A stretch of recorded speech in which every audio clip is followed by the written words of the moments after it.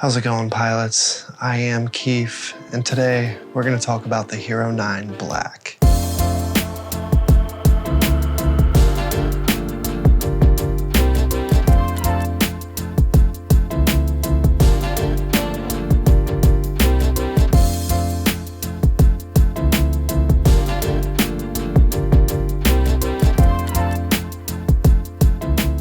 For a long time, I have only flown the Hero 6 Black, and this is quite the upgrade. Wow, losing my voice immediately. I had switched to a low KV rig. That's what you can see in the background there on that other speaker. And that quad was really nice and smooth with the Hero 5 Session. I was using the S3 Ethix props on that one, and it seems to be just a little too weak, if you will, to handle the extra weight. These are the Armattan Underdog motors, the 2150 kVs. I think that like 2000 kV plus, probably 2100 kV plus is going to be the sweet spot here. This all depends on your overall weight. I fly 5S batteries, so these are the HQ 5x4.3x3 V1s. But yeah, I think you just need a bit higher KV than like the current trend, which is low KV, low pitch, low camera tilt for super smooth freestyle. Let's get into the settings I am using for FPV. There's a lot of people who will fly with like shutter speed on auto, and that's totally fine if that's what you like. But one thing I have noticed with that is that the motion blur is weird. It just doesn't look like, at least what I think looks good. I like to see that blur. So to get these results requires several things. The settings for one, and actually putting an ND filter on your GoPro is the second thing. The ND filters are something that are pretty common with most cameras. It's basically just sunglasses for your lens. There is varying degrees, and currently I mostly fly an ND8. The only thing I've noticed with that is sometimes in the evening when the sun's setting, I just need to take the filter off because it's a little bit too dark. But other than that, it usually works out pretty well. All right, so my current settings I will put in the video like right here, something like that. But basically, the gist of them, I run 4K. I am doing 30p. I lock my shutter speed to 1/60th. Again, this has to do with camera stuff more or less, but if you're shooting in a certain frames per second, then your shutter speed should be double that in order to achieve the 180-degree shutter rule. If that's not something that you really care about too much, all this really does is, again, affect the motion blur. At 30 frames per second, we need 1/60th of a shutter speed so that the blur of motion looks natural. The other thing I do is I set my ISO to be the min at 100 and the max at 400. You can adjust this if you need more light in your shot, and meaning like if you're flying somewhere dark, like at night maybe, you might need a 1600 ISO. So this can change, and when the GoPro switches from one to another, you can kind of see it. I find that the 100 to 400 range while you can see the fade, it's pretty subtle, so it's not too jarring. I think the bigger gap you create, the bigger chance you are risking of having like a weird fade of exposure. Another thing I do, and I've done this on most of my GoPros, is I try to get the picture looking right in camera. I really don't like playing with LUTs or color correction or any of that stuff in post if I don't have to. And with a GoPro, while it can shoot in its flat mode, it's really not, it's not a log format, which again, another camera term, but that's something used if you are planning to color grade the footage in post-production to be used in like a feature film or whatever. I don't really care that much, so I don't even use flat. I just use the, I do set it to Pro Tune so that I can adjust a few things, but I just stick with GoPro color straight out the camera. It is very saturated, so blue skies are very blue, and green grass is super green, but I find that I just like that the best. Another important setting here is sharpness. I set my sharpness to low. I don't like the camera adding sharpening just because typically it looks bad / weird, so mine is set to low.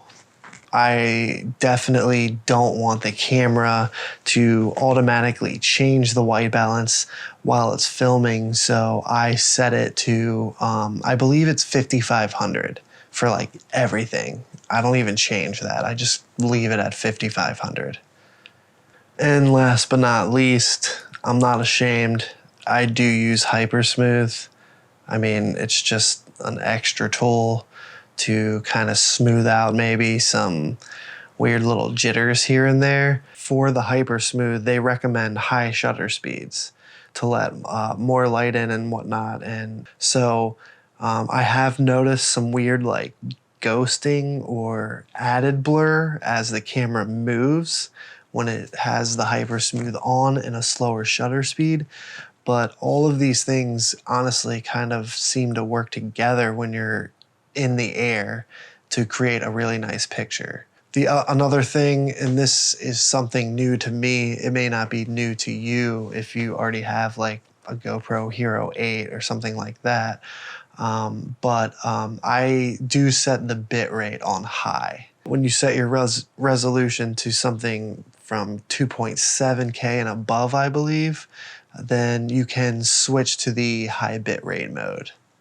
I'm pretty sure that covers all my settings. Like I said, if I didn't actually discuss something, I'm gonna post or display all my settings like right here, and you can kind of just go through that and set yours up the same if you like how my pictures look.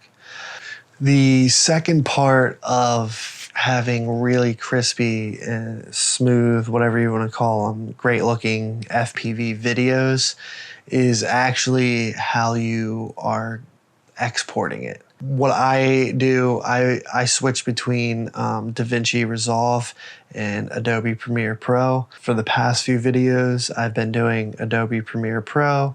For videos slightly before, like maybe the past 3 or 4, I was using DaVinci Resolve. So either way, this doesn't matter, and you can set these settings in both. Right now, I'm just gonna talk about the Premiere Pro settings that I'm using, and notably the output resolution and the bit rate. So again, just like we're shooting in 4K, I forgot this, 4K Super View. That is part of the secret too.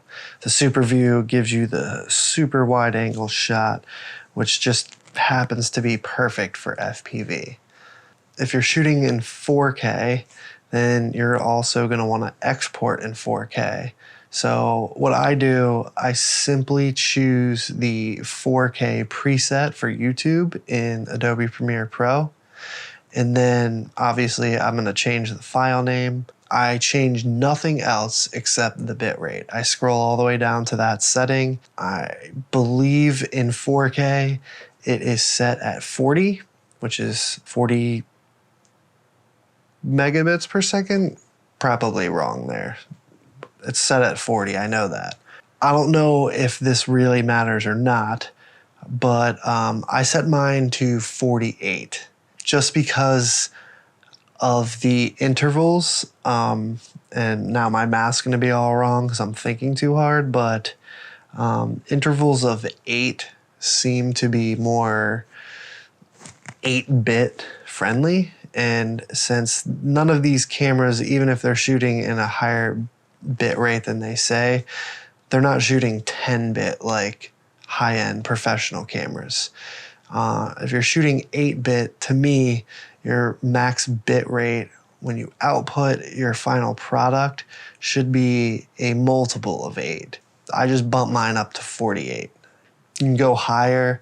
I think YouTube for 4K actually suggests 50. So I'm technically like 2,000 below that or something. But I just stick with the 48 and that works for me.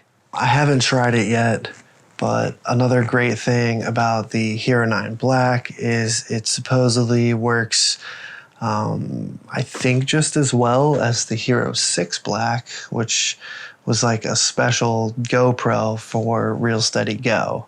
That is a piece of software that will make your footage look really smooth, like so cinematically smooth that if you try to freestyle with it, it looks weird, so don't do that. But I know a lot of people in the community are upset because it weighs a lot. But one thing that I've actually found is I kind of like the extra weight. Like, I know that sounds contradictory. With my setup, with these motors and all, I just kind of like how I can fling it now. Like the momentum that you can generate because of the weight is a bit more. So when you like pop over things or whatnot, it kind of feels like you get a little more hang time maybe because I don't know, this is all scientifically probably wrong, but it just feels a little better to me than what I was used to. So I've been flying this one the most. I was using a hacked up Hero 5 session mount where I had a strap like going through vertically.